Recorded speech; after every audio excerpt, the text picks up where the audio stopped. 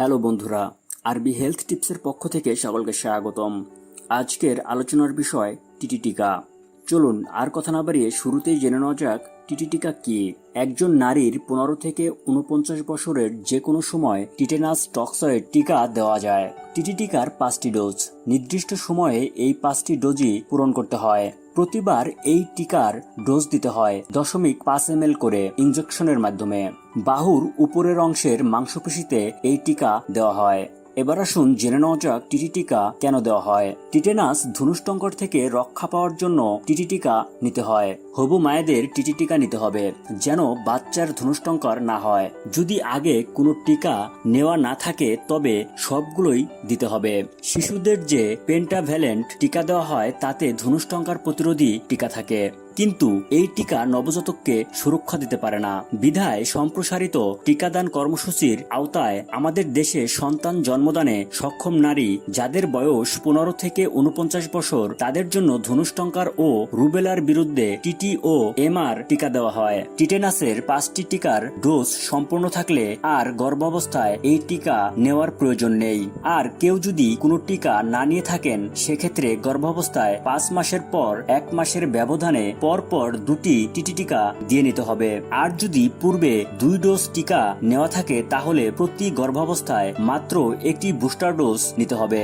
মাকে দেয়া এই টিকা মা ও বাচ্চা উভয়েরই ধনুষ্টঙ্কার রোগের রোগ প্রতিরোধ ক্ষমতা গড়ে তোলে। প্রসবকালে অস্বাস্থ্যকর পরিবেশ, পরিচ্ছন্নতায় অসতর্কতা এবং অপরিষ্কার ছুরি, ব্লেড বা কাঁচি ব্যবহার করলে, বাচ্চার নাভি কাটার সময় অথবা নাভির গোড়ায় নোংরা কিছু লাগিয়ে দিলে নবজাতকের ধনুষ্টঙ্কার রোগ হয়। তাই নারীদের জন্য টিটি টিকা নেওয়া খুবই জরুরি। চলুন এবার জেনে নেওয়া যাক টিটি টিকা নেওয়ার সময়সূচি সম্পর্কে।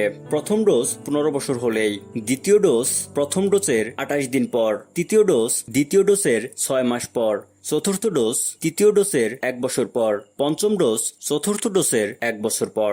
এবার আসুন জেনে নেওয়া যাক টিটি টিকা কোথায় পাওয়া যায়। টিকা দেওয়া হয় বিভিন্ন সরকারি হাসপাতাল, মেডিকেল কলেজ ও হাসপাতালে। বেসরকারি হলে সরকার অনুমোদিত থানা পর্যায়ে থানা স্বাস্থ্য কমপ্লেক্স, বিভিন্ন ওয়ার্ড ভিত্তিক সূর্যের হাসি চিহ্নিত পারিবারিক স্বাস্থ্য ক্লিনিকগুলোতে। এসব স্থানে প্রতি রোববার টিকা দেওয়া হয় সকাল 9টা থেকে বেলা 4টা পর্যন্ত।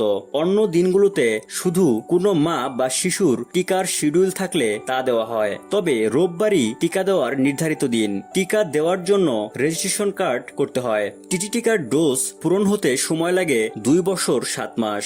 দীর্ঘমেয়াদী ডোজের সময় ভুল এড়ানোর জন্য রেজিস্ট্রেশন কার্ড করতে হয়। এবার আসুন জেনে নেওয়া যাক টিটি টিকার পার্শ্ব প্রতিক্রিয়া সম্পর্কে।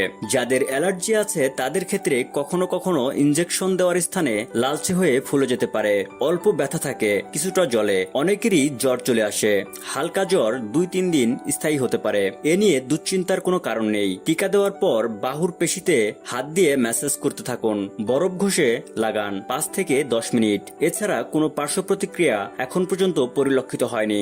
আজকের কিশোরী আগামী দিনের মা, একজন পুরুষের চালিকা শক্তি, একটি পরিবারের কর্ণধার, একটি শিশুকে সবলভাবে গড়ে তোলার হাতিয়ার। আর একটি শিশুই আগামী পথের আলো। জাতিকে সুস্থ সবলভাবে গড়ে তোলার জন্য আসুন আমরা টিটি টিকা গ্রহণ করি। যারা জানেন না তাদের এই বিষয়ে জানানোর জন্য ভিডিওটি শেয়ার করি। আজকের মতো এ পর্যন্তই। আপনাদের কোনো মতামত থাকলে কমেন্ট বক্সে জানাতে ভুলবেন না। আমাদের সাথে থাকতে আমাদের চ্যানেলটি সাবস্ক্রাইব করুন এবং সবার আগে আমাদের টিপস পেতে বেল বাটনটি প্রেস করুন।